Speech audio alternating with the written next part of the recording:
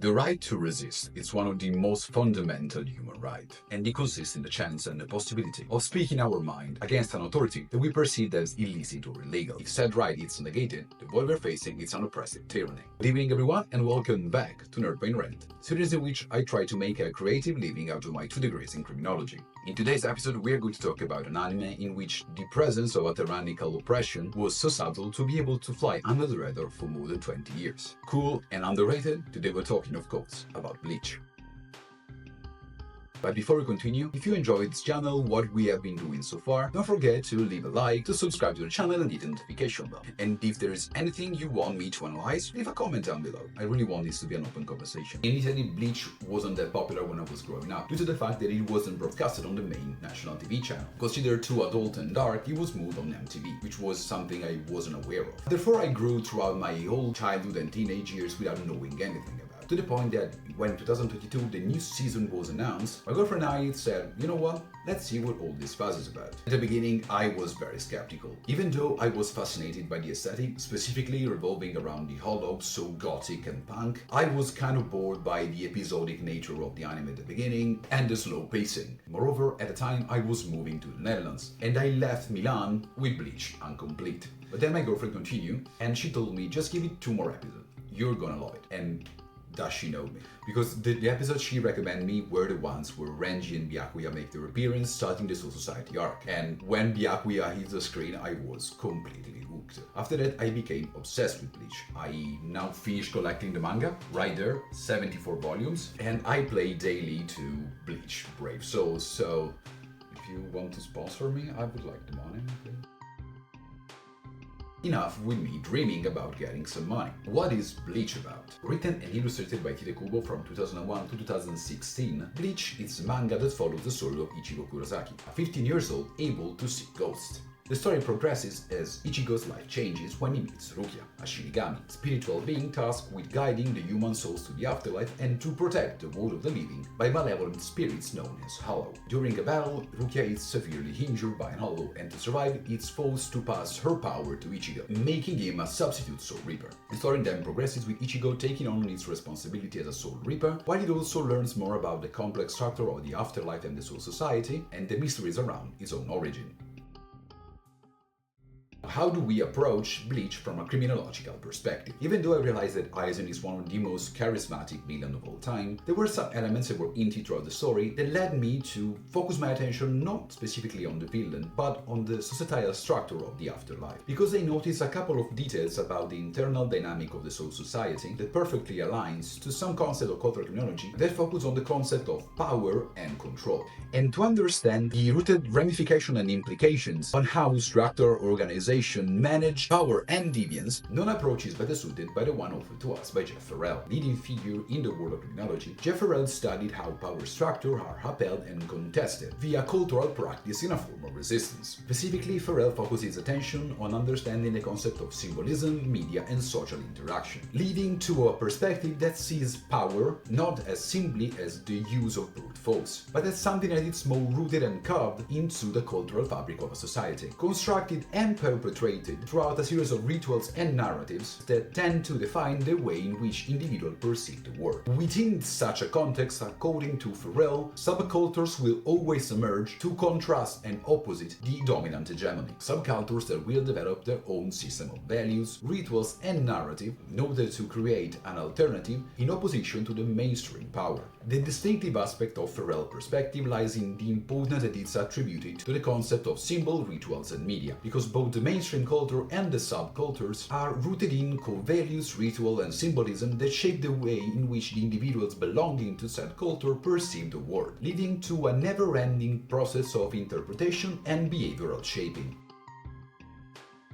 How does the perception of power and authority and control and symbol apply to the case study of Bleach? It finds perfect application to the whole structure of the afterlife, what is defined in the world of Kubo as the Soul Society. The Soul Society represents the afterlife, a parallel of the world of the living, in which Shinigamis, the god of death, and human soul dwell up until the moment of their reincarnation. We have to consider that in the afterlife, human souls live as they were still alive. they sleep in houses, they eat, they go to school, they open businesses. Therefore, this kind of structure needs to be administered. The justice system is held by a court of 46 judges, while the law enforcement is left in the hand of the Gotei 13, the armed branch of the Soul Society. But while on the first glance the Soul Society can appear simply as a weird and flamboyant organization that works in a world of manga, within such a structure, two elements caught my attention that allow me to draw a parallelism between the society we experience in the afterlife and the far-right government we had in the actuality. Far-right regimes are characterized by extreme views, strong utilitaristic authoritarian political ideologies, usually with emblematic symbolic leaders that make as the fundamental elements a centralized authority, the importance of militarism, and the suppression of the opposition. And if we think about it, we have many of those elements within society. Aspects as the focus on the authority and the militaristic power, in the form of the Gotei 13, a certain disposition toward the separation, as we have the division between the Rongai, where the poor souls live, and the Sirtei, the section of the soul society where the pure souls live. Among all these fundamental elements that we do find in the afterlife in Bleach, one stood out due to its deep connection to the concept of suppression, and this element was given to us during the Hierarchical saga in a detail that you may have been overlooking. In episode -106, during Urahara Kisuke flashback, we got introduced to the Maggots Nest, a special penitentiary administered by the secret units of the Gotei 13. While on the first glance, once we enter the Maggots Nest, we see that the inmates are not handcuffed, they are not confined to the cells, and they have the chance to roam around the structure and interact with others. We can draw a parallelism between the Maggots Nest and a minimum security prison, with a more modern approach toward incarceration. The real issue begins when we understand the reason why those people have been incarcerated in the first place. Because the deeper the flashback goes, the more we understand the said inmates didn't commit any kind of crime.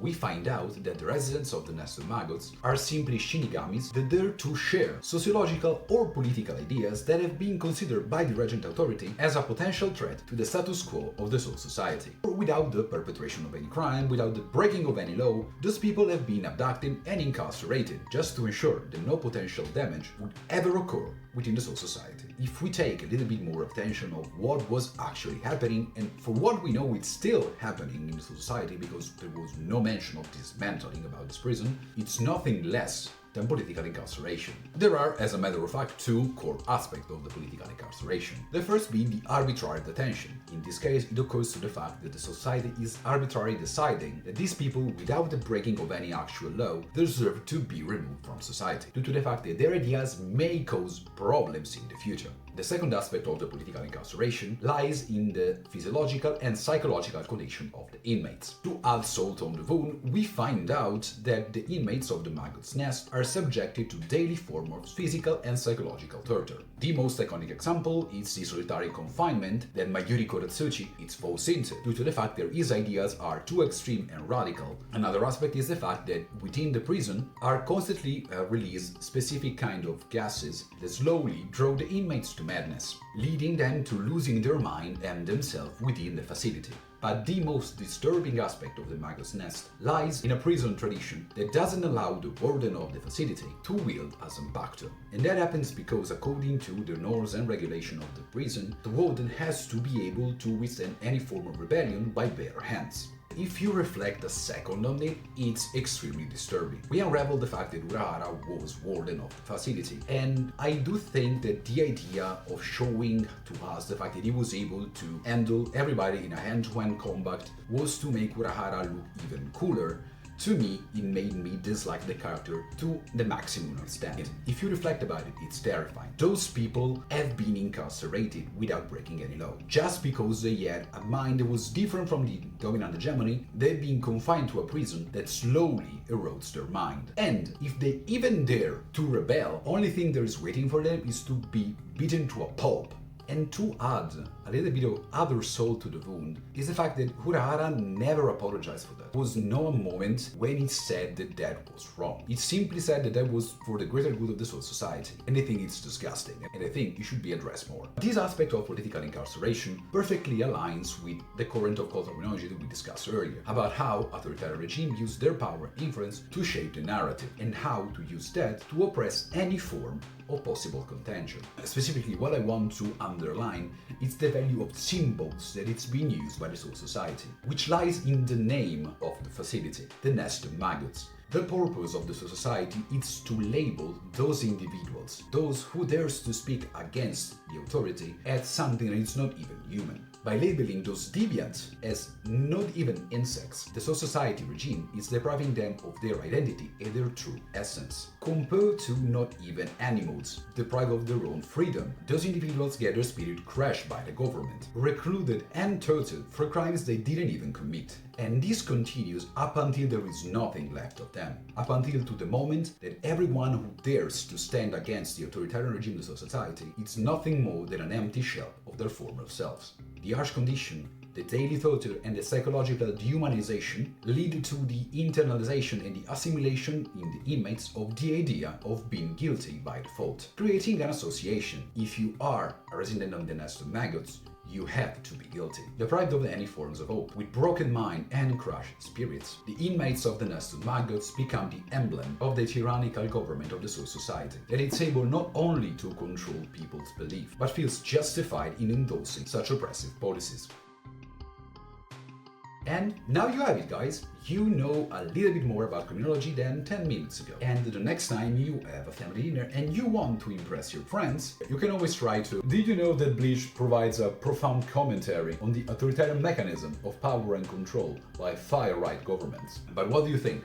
Do you think Ferrell's approach on power and suppression applies well to the case study of the soul society in Bleach, or other theories could have been applied? Please let me know in the comments down below. And if you enjoyed this episode, what we have been doing so far, and want to support me and this channel, please don't forget to leave a like, subscribe and hit the notification bell. And if you want to hear me ranting on a semi-daily basis, please don't forget to check the other social media accounts: TikTok, Instagram, Rednote, and Spotify. So, not yet, I still haven't figured out. So thank you for joining me today again, and up until next time, have a nice rest of the evening.